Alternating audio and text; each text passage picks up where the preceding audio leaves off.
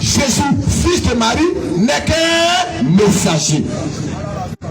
Maintenant, il dit encore sa parole qu'il envoya à Marie. Jésus est la parole d'Allah.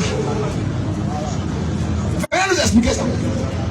Venez nous dire qu'Allah est sa parole, c'est deux personnes. On vous attend ici. Parce que dans la sourate 673, oui, il y a plus où Jésus est présenté comme la parole d'Allah. Quand tu vois même la sourate 3, 49, et je crois, on réserve ça. On réserve ça. Sourate 673. On n'a pas un musulman ici. On va lire deux sourates seulement. Pour les appeler. Il y a plusieurs sourates où Jésus est identifié comme le souffle de vie venant d'Allah. Dans la sourate 471, il est la parole d'Allah envoyée à Marie. C'est ça. Mais quand nous on lit encore dans la sourate 673, il a dit quoi? Sourate 673. Oui. Et c'est lui qui a créé les cieux et la terre. Allah, c'est lui qui a créé les cieux et la terre. En toute vérité. En toute vérité. Et le jour où il dit. Le jour où il dit. Soit. Cela est. Sa parole est la vérité. Sa parole. C'est que Allah, ce qu'il dit là, la chose est. Donc sa parole est créatrice. Sa parole est la vérité. À lui seul. Si sa parole, ce qu'il dit, amène la chose à l'existence. Et cette parole là, c'est Jésus là. Jésus est qui? Question. Qui il est? Venez nous expliquer. Allah, lui, sa parole, quand il dit la chose vient. Et on nous dit encore Jésus est sa parole. Alors que sa parole a créé. Même le Coran confesse la divinité de Jésus. Claire. Amen. Jésus est la parole d'Allah dans le Coran. C'est vrai ou c'est faux? Question. Maintenant encore la parole d'Allah est créatrice. C'est vrai ou c'est faux? Question. Vous n'avez pas bien entendu Sourate 673. Vous croyez que c'est une affaire de réciter prière quoi? On prie 5 fois ou 4 fois par jour. Sourate 673. Et c'est lui. Oui. Et c'est lui là. Allah oui. Qui a créé les cieux et la terre. C'est lui qui a créé les cieux et la terre. En toute vérité. Maintenant comment lui il a créé? On le prend comme créateur. Oui.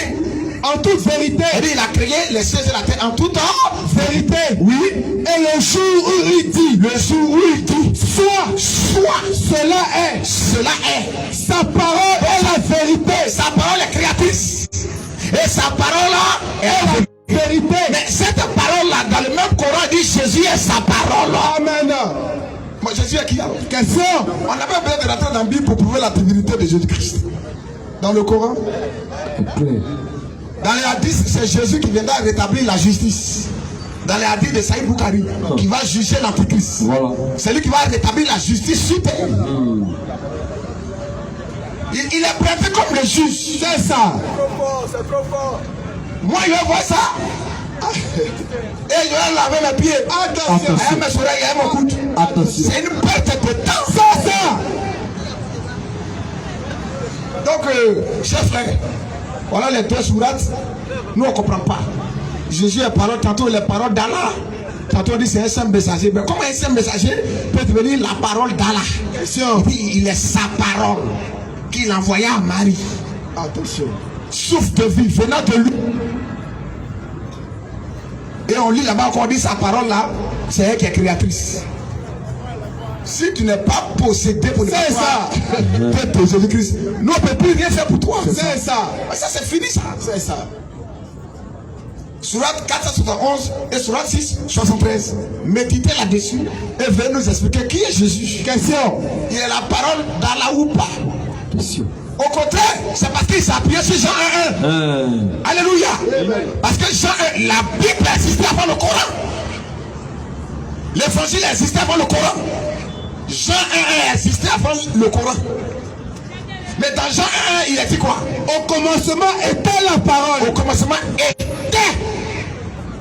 la parole. Pour un profane, quand il entend ça, il se dit que mais la parole est une entité qui n'a rien à voir avec Dieu. C'est ça, le langage biblique. C'est ça. Quand un musulman tombe sur ce langage, il est perdu. C'est ça. Au commencement était la parole. Mais parole même c'est quoi? Pour être au commencement. Alors que le commencement c'est Dieu. Amen. Il dit je suis l'alpha et l'oméga. Le premier et le dernier. On a dit au commencement était la parole. Qui est la parole alors? Question. Mais c'est écrit au commencement était la parole. Et quand un musulman tombe sur ce langage, il ne peut pas le saisir. Non, impossible. C'est ça, le langage biblique. Voilà. La terminologie prophétique biblique. Parce que lui, il est littéral. C'est ça. Il a dit au commencement était la parole. Voilà. Oh, Dieu dit je suis le commencement. Maintenant, il y a combien de commencements? Question. Dieu lui est le commencement. Au commencement, il y a la parole. C'est qu'entre les deux là, où est le commencement aussi? Question. La parole est un attribut d'Élohim. C'est ça. On avance encore. Amen. Oui, frère. Au commencement était la parole. Oui. Et la parole était avec Dieu. Et la parole était avec Dieu. Était. Quand le musulman arrive là encore, il est perdu. C'est ça. Et la parole était avec Dieu. Comme si c'est un chiffon qui est dans sa main. Attention. Attention. Alors que la même Bible dit que le salut est avec lui. C'est ça. Et la Bible dit il est le salut encore. C'est ça. La Bible dit la royauté lui appartient. Et la même dit encore il est roi. C'est ça. La Bible dit la vie est auprès de lui. La lumière est auprès de lui. Mais la même dit il est la lumière. Il est la vie. C'est ça. C'est un mystère. La parole était avec Dieu. Donc la parole est quelque chose qui est à côté de lui. Question. Un musulman, quand il tombe sur ce langage-là, il devient quoi? Question. Perdu même. C'est ça.